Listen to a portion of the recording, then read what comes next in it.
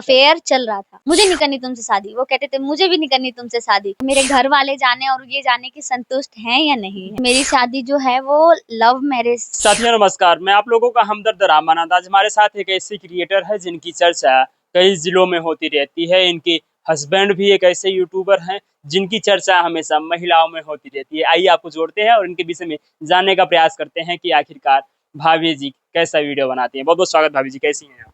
Thank you भैया, मैं बिल्कुल बढ़िया हूँ। आप बताइए आप कैसे मैं हैं? भी ठीक हूँ। आपका शुभ नाम क्या है? जी, मेरा नाम अर्चना प्रजापति है। अच्छा, भाभी जी आपकी शादी हुए कितने दिन हो गए? मेरी शादी को अब की 26 नवंबर आएगा तो 1 साल हो जाएंगे, अभी 1 साल नहीं हुए हैं। 1 साल हो गया आपके शादी के हुए। अच्छा भाभी जी, आपकी शादी अरेंज मैरिज हुई कि लव मैरिज? नहीं, मेरी शादी जो है वो लव मैरिज थी, लेकिन उसको फिर अरेंज में कन्वर्ट किया गया था। अच्छा, वो लव को अरेंज में कन्वर्ट करने में कितने साल लगे? उसमें बहुत टाइम लगा, कम से कम 2 से 3 साल घर वालों को मनाने में लग गया हमें, और उससे पहले तो हमारा छुपे तौर पे लव मैरिज मतलब लव अफेयर चल रहा था। अच्छा, ये लव अफेयर आपका कितने सालों तक लगभग चला है? बहुत नहीं, 5 साल। 5 साल। और कितने साल की थी जब आपको पहला प्यार हुआ था? नहीं, जब मैं इनसे मिली थी तो मैं बहुत कम एज की थी, लेकिन जो ये हमारा अफेयर है ये लगभग जब मैं 10वीं क्लास में थी तब स्टार्ट हुआ था। 10वीं क्लास में थी तभी पहला तभी प्यार हो से गया पहली नजर में आपको? तभी से हाँ, तभी से वो हुआ। और कुछ इससे पहले तो सिर्फ जान पहचान थी और दोस्ती थी बस। हाँ। जी। अच्छा, दोस्ती को आपने प्यार में कन्वर्ट कर दिया? नहीं, हमने अकेले नहीं किया। हाँ। हाँ, मतलब वो हो जाता है ना, साथ में रहते-रहते पहले किसी से लगाव होता है और फिर उसके बाद धीरे-धीरे आदत हो जाती है और फिर पता नहीं चलता कि कब इतनी ज़्यादा अटैचमेंट हो जाती है कि ऐसे। अच्छा, आप लोग गर्लफ्रेंड बॉयफ्रेंड यानी अब पहले तो आप लोग दोस्त रहते हैं, जब गर्लफ्रेंड और बॉयफ्रेंड जब बन जाते हैं, आप लोग जब प्रपोज कर देते हैं, तो कितने दिन बाद पहली बार मुलाकात करते हैं उस लहजे में गर्लफ्रेंड बॉयफ्रेंड होने के बाद? नहीं, हम लोगों की मुलाकात बहुत कम होती थी क्योंकि ये अधिकतर गाँव में रहते थे और मैं बचपन से ही दिल्ली में रही हूँ और मेरी पढ़ाई भी दिल्ली में थी, इसलिए मेरा गाँव आना पॉसिबल नहीं होता था और इनका दिल्ली जाना जल्दी पॉसिबल नहीं था। साल में 1 बार ये दिल्ली जाया करते थे, वो भी ये बहाना करके कि मुझे कैमरे के लिए मेमोरी लेनी है, ये लेनी है, क्योंकि तब उन्होंने कैमरे का स्टार्टअप स्टार्ट कर दिया था। अच्छा, यानी जी। प्यार तो हो गया दिल्ली वाली लड़की से भैया को और मिलने का बहाना सिर्फ कैमरे के सामान लेना होता था। सामान लेना होता था या फिर ये होता था कि मैं जा रहा हूँ घूमने या फिर मामाओं को राखी बांधने, जैसे मम्मी नहीं जा पाती थी तो इनके मामा रहते हैं तो मामा को राखी वगैरह बांधने गए तब जाते थे। साल भर में 1 ही बार हम लोग मिलते थे। अच्छा। जी। अच्छा, कभी पकड़ी गई हो घर वालों को बिना बताए आप लोग की मुलाकात हुई हो?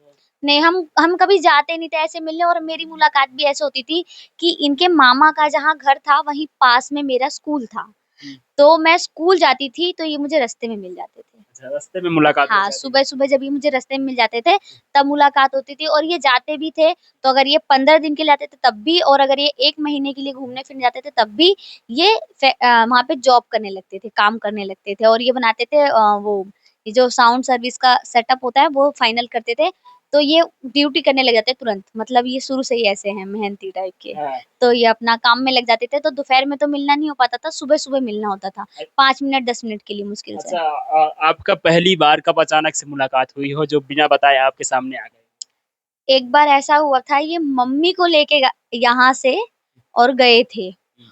और मैं स्कूल से आ रही थी और ये अक्सर जहाँ पे मुझे मिलते थे और जहाँ ये मुझे पहली बार मिले थे, ये वहीं पे पीछे ऐसे हाथ करके कमर पे रख के और खड़े थे। तो ब्लैक कलर की शर्ट थी, मैं कह रही हूँ ये लड़का जाना-पहचाना सा लग रहा है। पता नहीं क्यों ऐसा लग रहा था कि इसको मैंने कहीं न कहीं तो देखा है, और जैसे ही ये मुड़े तो मैंने कहा अच्छा ये आ गए, उन्होंने मुझे बताया तक नहीं। तो वो एक सरप्राइज़ था मेरे लिए। अच्छा, उन्होंने बताया कि सरप्राइज़ है। हाँ, मुझे पता नहीं था कि वो आ रहे हैं यहाँ। अच्छा भाभी जी, आप दोनों परिवार को कैसे मना लेती हैं शादी के लिए? नहीं, उसके लिए तो बहुत ज़्यादा, मतलब वो ड्रामे होते हैं ना, वो सब झेलना पड़ा है, बहुत ज़्यादा झेलना पड़ा है।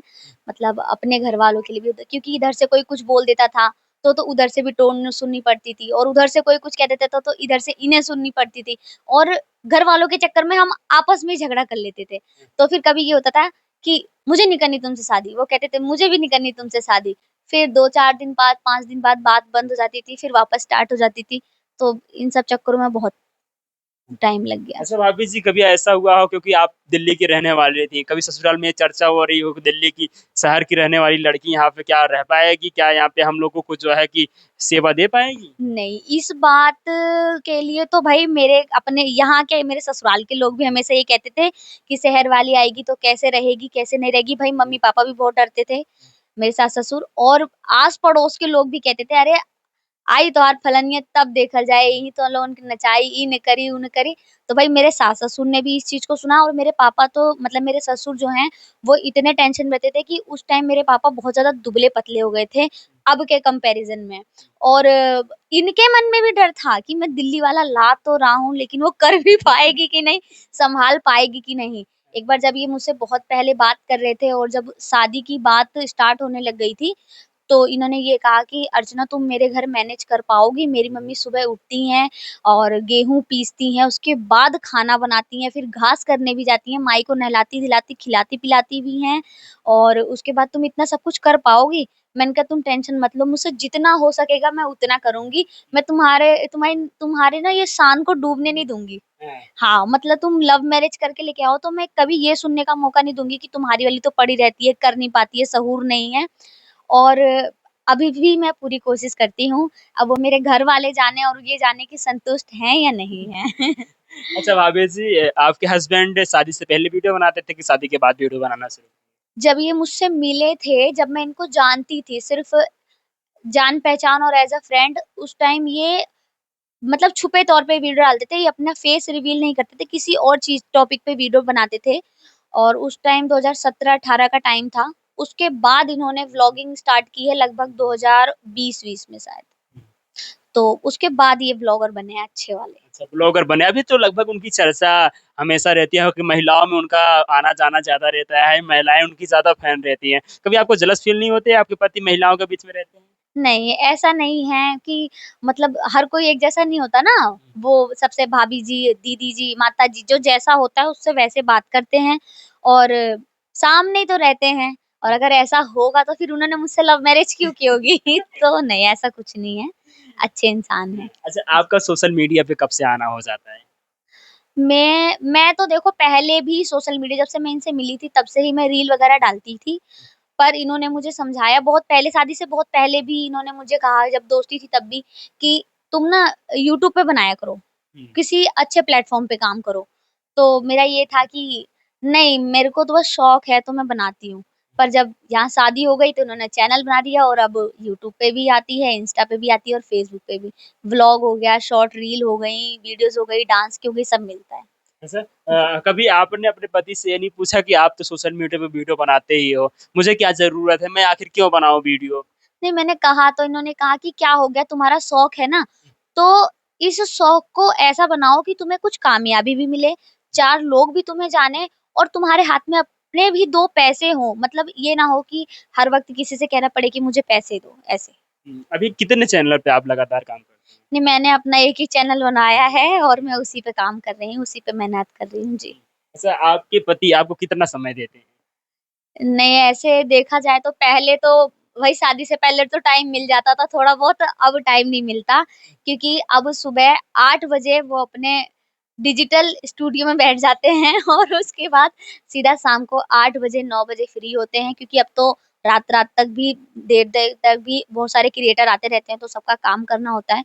तो बहुत कम टाइम मिलता है, वही जो खाते समय हमारी बातें हो गई, अगर हम साथ में खा रहे हैं तो, अगर वो पापा-मम्मी के साथ खा रहे हैं तो भी नहीं हो पाती। फिर वही सोते टाइम अगर 2-4 मिनट हमने कुछ बातें कर ली तो कर ली, वरना इतने थके होते हैं कि सो जाते हैं वो भी, और मेरी भी तबीयत खराब रहती है तो हम भी सो जाते हैं, इतना कुछ खास टाइम नहीं। अच्छा, आपके हस्बैंड जब इतना बिज़ी रहते हैं, तो उनके वीडियो बनाने में, एडिट करने में और तमाम उनके जो काम होते हैं, उनमें क्या आप हाथ बटाती हैं? हाँ, मैं बटाती हूँ, लेकिन चलो बता ही देती हूँ। मैं बटाती तो हूँ, पर मैं कहती कि मैं इसका भी पैसा लूँगी। हालाँकि वो पैसा कभी मिलता है, कभी नहीं मिलता है, पर वो एक मज़ाक होता है, एक बात करने का बहाना होता है, क्योंकि वैसे तो बात करने को नहीं मिलता। तो इसी बहाने कम से कम हमारी कुछ बातें तो हो जाती हैं। तो नहीं, काम में हाथ मैं बटाती हूँ, ऐड वगैरह लगाना हुआ, एंड स्क्रीन और टाइटल वगैरह लिखना होता है तो मैं करती हूँ, शॉर्ट वीडियो वगैरह काटना होता है तो मैं करती हूँ। काफ़ी लोग जो आपको जान रहे हैं और जो लोग नहीं जान रहे हैं, वो लोग सोच रहे हैं कि आपके वो हस्बैंड कौन है, कौन से काम करते हैं, नाम क्या है, चैनल का नाम है, थोड़ा सा बताइए अपने पति का नाम क्या है। जी, मेरे पति का नाम राहुल प्रजापति है और यूट्यूब पे जो उनका चैनल है राहुल प्रजापति व्लॉग करके मिलेगा। तो वहां पर वो वीडियोस वगैरह डालते हैं, आप खुद ही जाएंगे तो चेक करेंगे।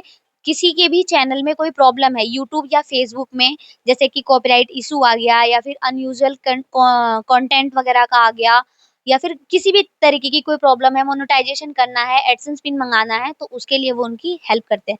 पहले ये सेवा निशुल्क थी, मेरे आने के बाद शुल्क लग गया है इसमें। तो जाइएगा, आप लोग जरूर विजिट करिएगा और बताइएगा। अच्छा भाभी जी, जो वीडियो बनाते हैं और आप भी वीडियो बनाती हैं, तो कभी ऐसा नहीं हुआ हो कि आप भी वीडियो बना रही हो, वो भी वीडियो बना रही हो, किसी का फोन आ गया हो, आपका वीडियो छोड़ कर चले गए हो अपना वीडियो बनाने के लिए? ऐसा बहुत बार होता है। हम्म। अभी अभी खुशबू रानी है, मोनू भैया, उनका वो आया था सिल्वर प्ले बटन, उसकी ओपनिंग थी। राखी वाले दिन मैं इतना अच्छा तैयार हुई थी और सिर्फ वीडियोस वगैरह बनाने के लिए। मैंने कहा चलो वीडियो बनाते हैं। आज मेरे पास बिल्कुल समय नहीं है अर्चना, मैं जा रहा हूँ, बिल्कुल समय नहीं है। एक रील, एक फोटो तक बहुत मुश्किल से खिंचाई होगी, वो भी फैमिली के साथ एक फोटो थी। अकेले हमारी एक भी फोटो नहीं है। हम्म। हाँ, अच्छा इतना भाभी, टाइम भी नहीं। भाभी जी वीडियो बना के महीने की कमाई कितनी हो जाती है? अभी अभी मेरी कोई पेमेंट नहीं आई है।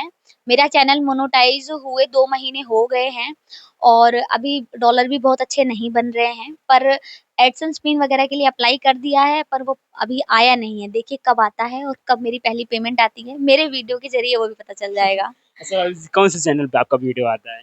अर्चू राहुल व्लॉग मेरे चैनल का नाम है।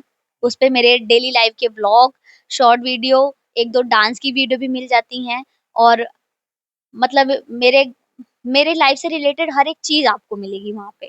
जी। अच्छा भाभी जी, आपके वीडियो बनाती हैं, तो वीडियो से जब आपके पैसे आने शुरू हो जाएंगे, तो उस पैसे से, उस कमाई से आप क्या कुछ लेना चाहेंगी? मेरी एक ख्वाहिश है कि जब भी मेरी पेमेंट आएगी ना, मैं एक छोटा-सा पहले मंदिर खरीदूँगी हम्म।